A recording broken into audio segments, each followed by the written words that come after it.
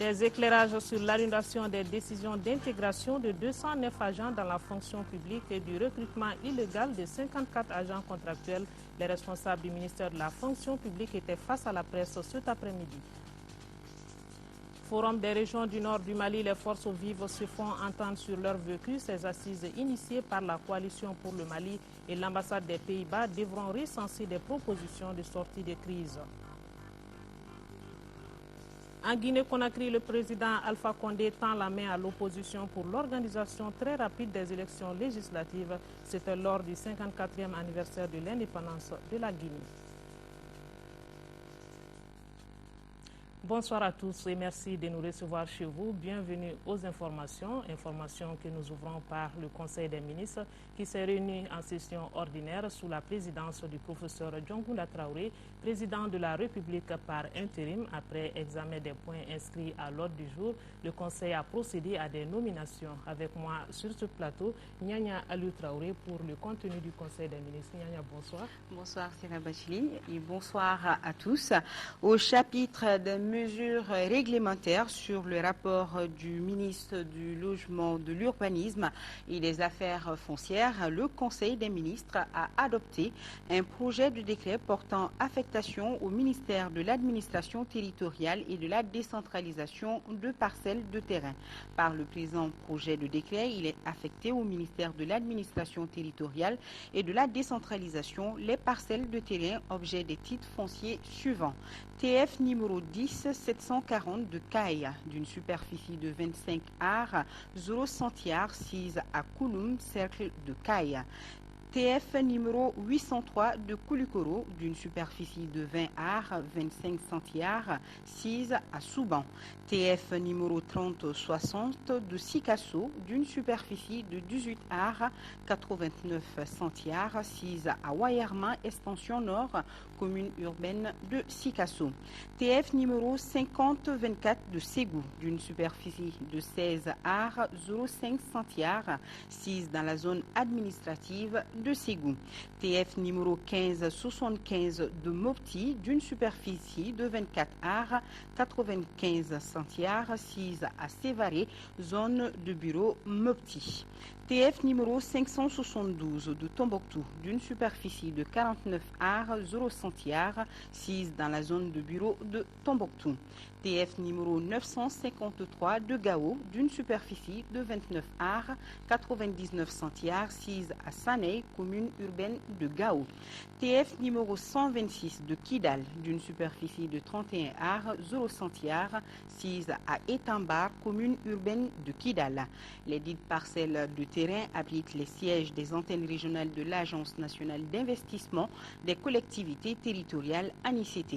L'adoption du présent projet de décret permettra de sécuriser les parcelles concernées. Au chapitre des mesures individuelles, le Conseil des ministres a procédé aux nominations suivantes au titre du ministère de la Santé, secrétaire général, Ousmane Doumbia, pharmacien. Au titre du ministère de l'Équipement et de l'Aménagement du Territoire, directeur des finances et du matériel, Lassine Tchéro, inspecteur des services économiques. Au titre du ministère de la Justice, conseiller à la section judiciaire de la Cour suprême, Bourey Makansay, magistrat, Cheikh Traoré, magistrat, Zoumana Moussa Sissé, magistrat. Au titre du ministère de la Culture, conseiller technique, Mandjou Baradji Touré, inspecteur des impôts. Chargé de mission, Adama Guindo, ingénieur. Au titre du ministère de la Famille, de la Promotion de la Femme et de l'Enfant, chef de cabinet, Touré Koumba Maïga, administrateur de l'action sociale. Conseiller technique, Yaba Tamboura, médecin.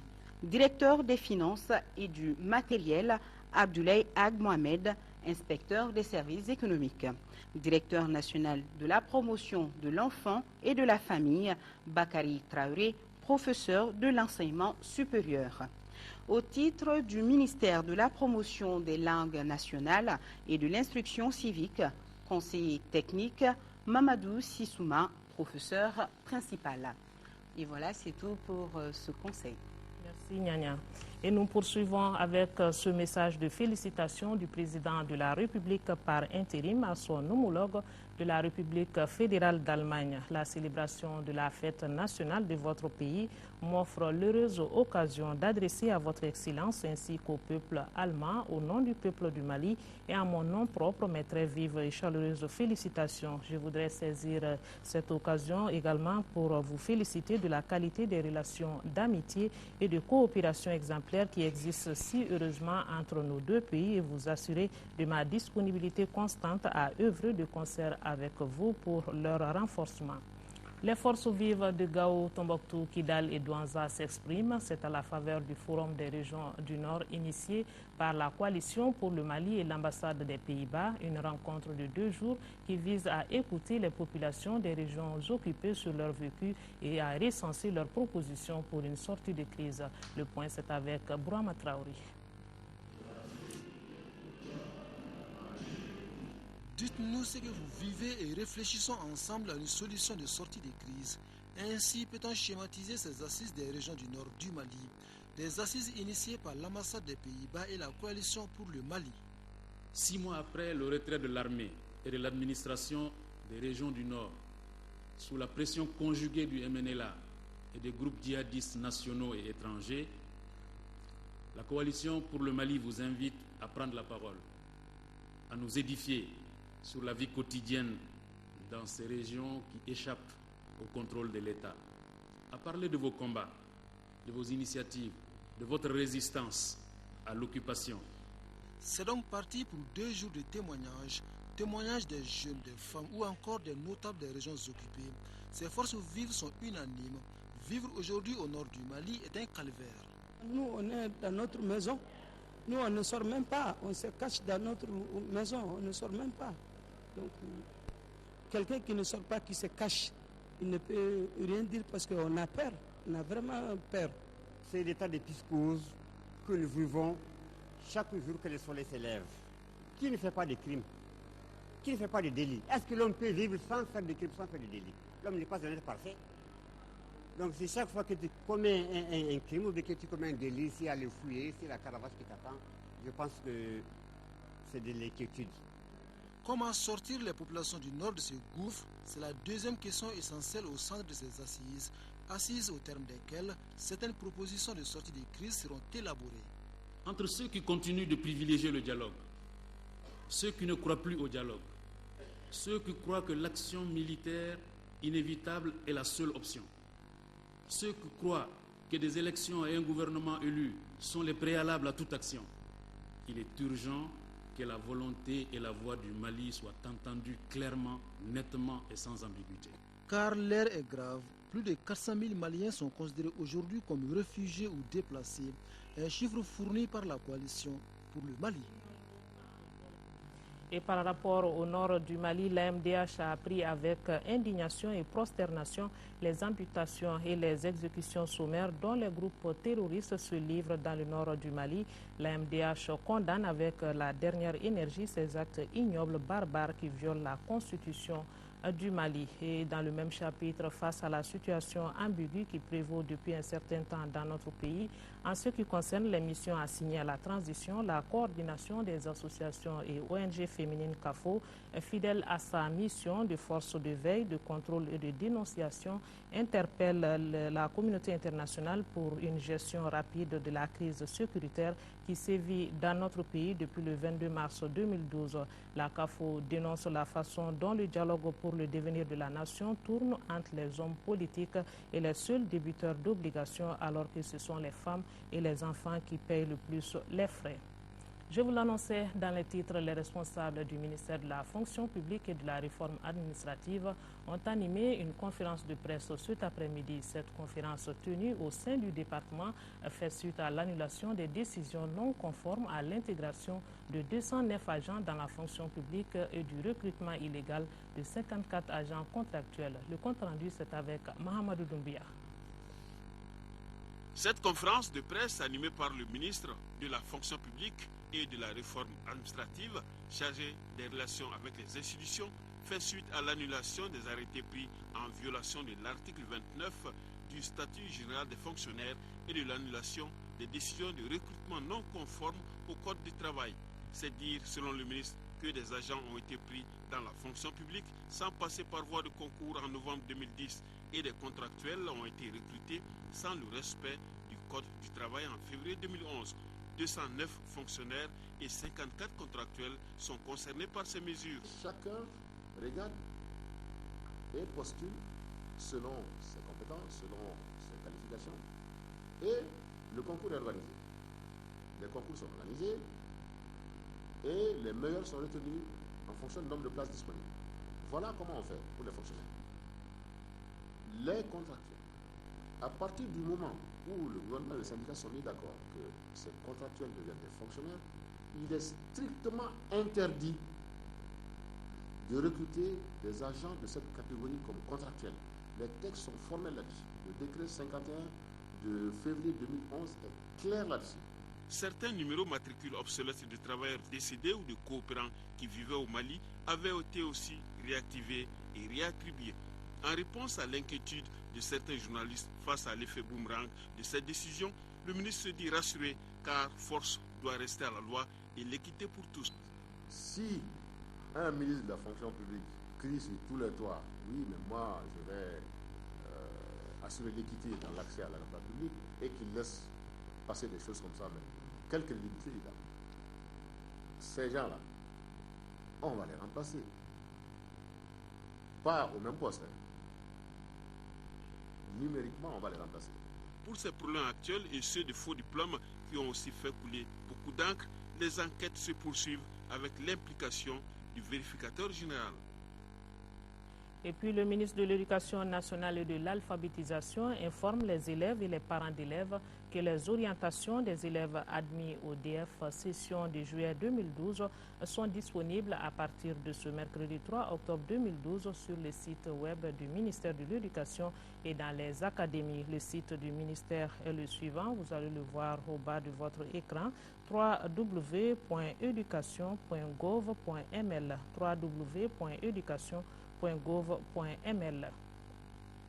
Et on va sur le terrain maintenant avec la présidente du conseil d'administration de l'association Sasakawa pour l'Afrique, accompagnée des responsables de Sasakawa Global 2000 qui s'est rendue ce matin même à Kolokani. Dans la commune rurale de Nosombougou, elle a visité les parcelles de sorgho et de maïs de Kodjan, Dar Salam et de Kadian village. Cette visite avait pour but de s'imprégner de l'état des cultures et d'évaluer les activités du projet d'urgence d'appui à la campagne agricole 2012-2013 PUCA, un projet financé par le Royaume des Pays-Bas. Envoyé spécial à Kolokani, Fademba Keita, Abdraman Keita. Les parcelles de sorgho et de maïs de Bourama Diara, de Kodjan Dar Salam et celles de son homonyme de Kodjan village ont été les premières à être visitées par la délégation Sasakawa. Ces deux exploitants détiennent respectivement 1 hectare de sorgho et demi-hectare de maïs. La parcelle de Nerika des 55 femmes de la coopérative Sekola de Kodjan Dar Salam était la dernière étape de cette visite. Les paysans des coopératives Iriwaton et Sekola des deux villages et les responsables de Sasakawa Global 2000 se disent satisfaits de l'état des variétés cultivées. Ce que j'ai vu, c'est étonnant. Un succès, des jolis champs de sorgho, de maïs, de riz. Vous voyez, nous sommes dans un champ de riz des femmes. Je n'ai jamais vu une telle réussite en Afrique, au niveau rural. La formation du personnel d'encadrement et des paysans, la distribution à temps opportun des intrants sont quelques souhaits reformulés par l'équipe technique du projet d'urgence d'appui à la campagne agricole 2012-2013. Dans le cadre quand même du programme PICA, les difficultés majeures qu'on a rencontrées cette année, c'était d'abord le retard dans la mise en place des intrants. Cette année, l'enclavement a posé beaucoup de problèmes dans ces localités. En dehors de ça, dans la mise en place même du projet, quelque part dans les zones, certaines zones tampons, telles que la zone de Massina, on a observé l'inondation. L'association Sasakawa pour l'Afrique intervient au Mali depuis 1996. Le projet a subventionné pour cette campagne environ 125 tonnes de semences, 1900 tonnes d'engrais au profit de 6700 producteurs des régions de Koulikoro et de Ségou. Direction l'Allemagne maintenant, baptême du feu réussi pour Wassoulor au temple du capitalisme allemand à Francfort. La cérémonie de cotation de la société Pirlo Gold, qui détient 25% de Wassoulor, a eu lieu le 25 septembre 2012 à la bourse allemande au General Standard à Francfort. Le commentaire, c'est avec Agibou Koulibaly. Était présent à cet événement le ministre des Mines, Dr Amadou Babassi, Alou Boubacar Diallo, PDG de Wassoulor, les membres du conseil de surveillance et du directoire de la société, des sociétés de la place financière allemande et de nombreux investisseurs venus pour la circonstance. Ce jour-là, le Mali était à l'honneur pour son potentiel minier et son nouveau code attrayant en la matière. Le ministre s'est réjoui de l'organisation de l'événement. C'est la première fois qu'une société africaine soit cotée à la bourse de Francfort. Donc c'est très réconfortant. Ça honore toute l'Afrique, ça honore le Mali. Cette cérémonie a été mise à profit pour magnifier l'esprit d'initiative et d'entrepreneuriat et les compétences managériales du PDG de Wassoulor. Si nous acceptons en tant qu'Africains, avec nos potentiels miniers et pétroliers, de rentrer dans la rigueur des Allemands, la transparence du marché allemand, et je pense que nous pourrons développer ces continents. C'est de ça que nous avons besoin. Je crois que c'est ça qui vous a enthousiasmé dans ce projet. Si l'on emploie différentes personnalités présentes, on pourrait s'attendre dans les jours à venir à l'arrivée de nombreux investisseurs au Mali. En marge de la rencontre, le ministre et le PDG de Wassoulor ont rendu visite à Berlin à Peter Engen, fondateur de Transparency International et membre fondateur de l'ITIE, initiative pour la transparence des industries extractives. Tous ceux qui travaillent dans ce domaine de la transparence souhaitent que les pays dans lesquels ces mines font des bénéfices, que ces bénéfices puissent être partagés égalitairement et que les populations puissent bénéficier. Le Mali a été déclaré 3e pays producteur d'or en Afrique et pays conforme. De ce fait, les experts recommandent que notre pays se maintienne en tête de peloton. Peter Engen, avec l'ITIE, le poste ITIE et la bonne gouvernance comptent beaucoup sur le Mali et souhaitent l'accompagner pour le secteur minier qui participe réellement à la réduction de la pauvreté et au développement économique, social, durable du Mali. Dans le cadre de la célébration de l'indépendance du Mali, le 22 septembre dernier, le consul général du Mali, Moussa Bala Diakité, a organisé une cérémonie de prière à sa résidence, une cérémonie qui a enregistré, en plus de la forte colonie malienne vivant à Douala, la participation des délégations venues de Yaoundé et de Sanaga Maritime et d'EA. Après les mots introductifs de bienvenue du consul général, les chefs religieux et les doyens de la communauté malienne se sont tour à tour félicités de cette initiative avant de formuler des bénédictions pour le retour de la paix au Mali. Justice en Côte d'Ivoire avec la première comparution des militaires pro-Gbagbo. C'était hier mardi à Abidjan Plateau où s'est délocalisé le tribunal militaire. Ces militaires sont accusés d'assassinat et d'autres crimes. Au même moment, sur le terrain, la situation reste tendue. Le premier grand procès de militaires pro-Gbagbo s'est ouvert mardi. Pour l'occasion, le tribunal militaire s'est délocalisé au palais de justice d'Abidjan Plateau. La force spéciale de la gendarmerie assurait la sécurité autour des bâtiments. C'est dans une atmosphère tendue que les 5 prévenus sont arrivés dans la cour du tribunal, casque sur la tête et gilet pare-balles. Principal accusé, le général Bruno Dogbo-Blé, en costume. Ce pilier du régime sécuritaire de l'ancien président est accompagné de 4 membres de la garde républicaine, le corps qu'il commandait. Ils sont accusés d'enlèvement, de séquestration et de l'assassinat du colonel Adama Dosso en mars 2011 lors de la bataille d'Abidjan. Pour les avocats de la défense, c'est alors engagé une bataille de procédure. Sur le fond, moi mes clients avouent, on est venu peut-être pour faire de la repentance, mais pour qu'il y ait une procédure soit régulière, pour que le colonel Dosso soit bien jugé, qu'il soit jugé, que son âme soit en paix, il faut bien qu'on commence par respecter les règles de procédure. Un tribunal qui est mal saisi ne peut pas me rendre une décision qui va me satisfaire. À la reprise des débats, le juge a tranché. Les exceptions en annulation sont recevables, mais mal fondées. Le procès se poursuit donc. La défense attendra le jugement avant de faire appel. Ce premier procès s'ouvre alors que le pays connaît un regain de violence dont l'armée est la cible. 40 autres militaires pro-Gbagbo, doivent être jugés dans les mois à venir, alors que les anciens chefs rebelles ne sont toujours pas inquiétés. 3 d'entre eux ont même été nommés mardi préfets dans différentes régions du pays. En Guinée-Conakry, le président Alpha Condé tend la main à l'opposition pour l'organisation très rapide des élections législatives. Il l'a fait savoir lors du 54e anniversaire de l'indépendance de la Guinée, célébré dans le village natal du président Condé, Boké, situé à 300 km de Conakry. C'est la première fois qu'en tant que président de la République, Alpha Condé foule le sol de Boké, son village natal, à l'occasion d'une grande fête nationale. La localité située à 300 km de Conakry a été choisie cette année pour abriter les festivités marquant le 54e anniversaire de l'indépendance de la Guinée. Un moment que le chef de l'État met à profit pour appeler à l'apaisement et au rassemblement en Guinée, un pays paralysé depuis 2 ans au plan institutionnel par l'absence d'un véritable pouvoir législatif. Je réitère aujourd'hui mon appel à organiser au plus vite les élections. Toutes les forces politiques du pays, sans distinction, doivent tendre vers cet objectif. Avec les élections, nous aurons une Assemblée nationale représentative émanant de la volonté du peuple souverain. Alpha Condé tend la main à l'opposition guinéenne. Mais pour l'Union des forces républicaines, pas question de signer un chèque en blanc au chef de l'État. Sidya Touré lui demande de donner des instructions fermes pour l'organisation d'un vrai débat politique. Bien entendu, ce n'est pas juste un discours pour que le lendemain, le ministre de l'Administration du territoire nous dise on continue comme avant. C'est de ça qu'il s'agit. Donc je dis, si cela est manifesté, disons, dans les faits, nous allons aller à discuter avec eux pour qu'on trouve une solution.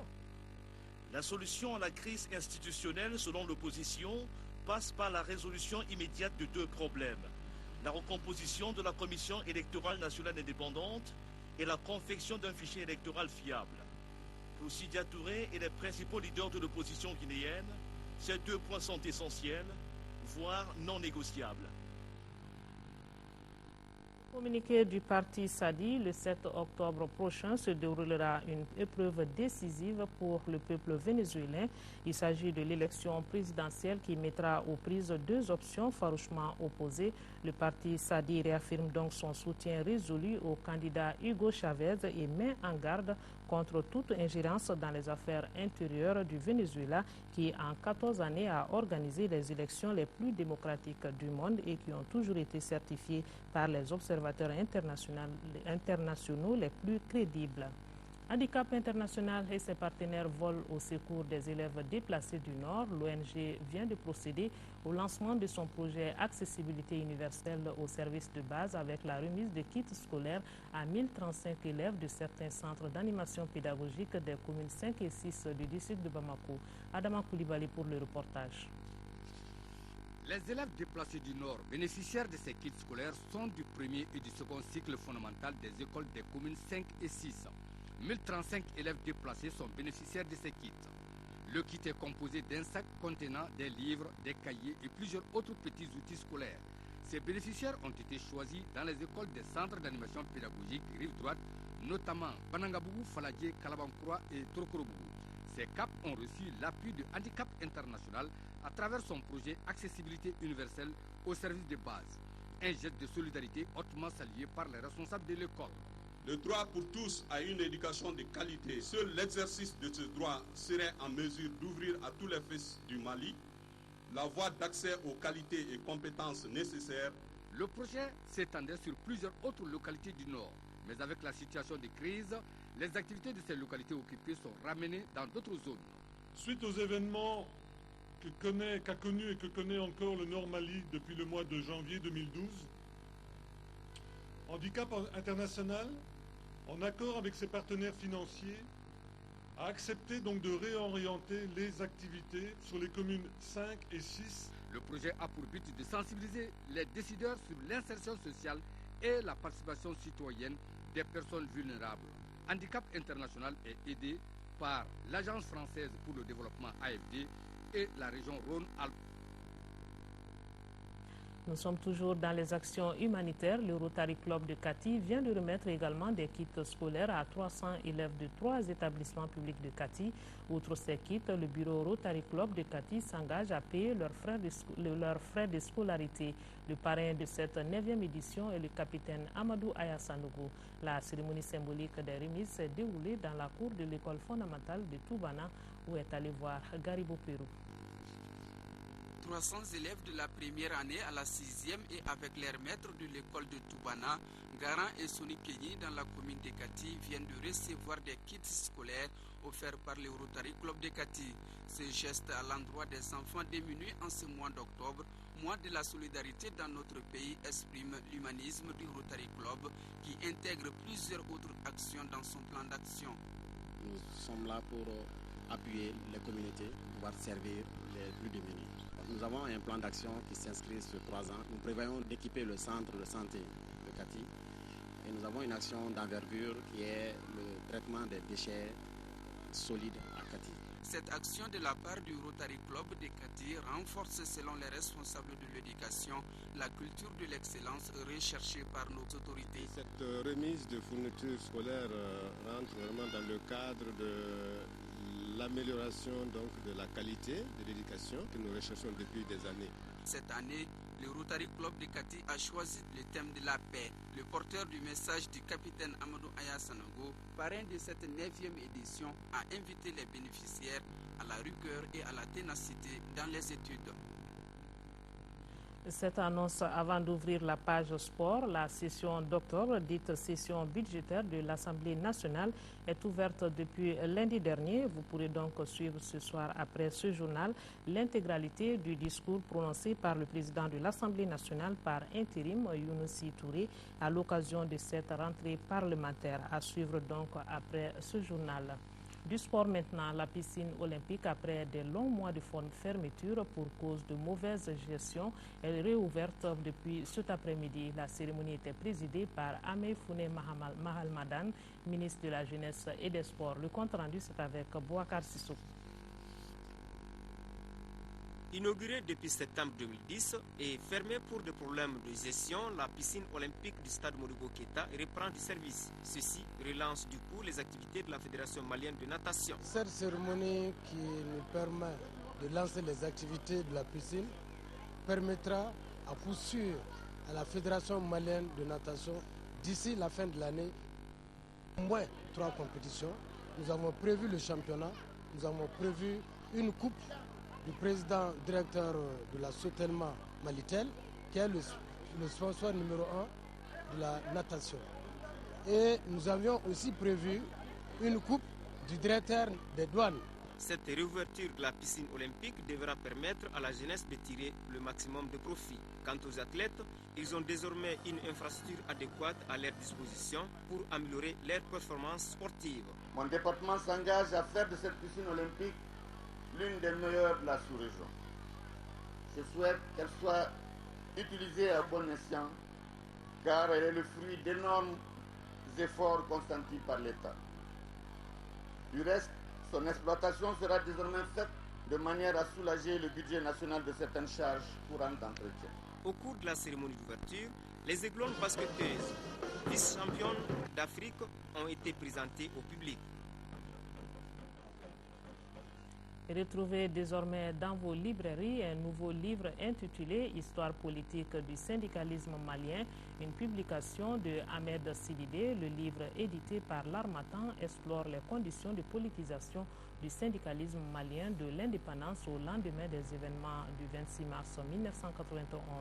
Il expose les perspectives qui s'offrent aux organisations syndicales pour s'ériger en partenaire de développement socio-économique et politique du pays. Voilà donc un nouveau livre qui est intitulé « Histoire politique du syndicalisme malien », une publication de Ahmed Sidibé. Et c'est ce qui met fin à ce journal. Demain pour le 20h, retrouvez Aoué Touré. Mais avant, à 10h et 13h, c'est Aïssata Ibrahim Maïga qui sera là. Nos pensées vont à nos compatriotes des régions du nord du Mali vivant sous occupation. On ne les oublie pas. Merci et bonsoir.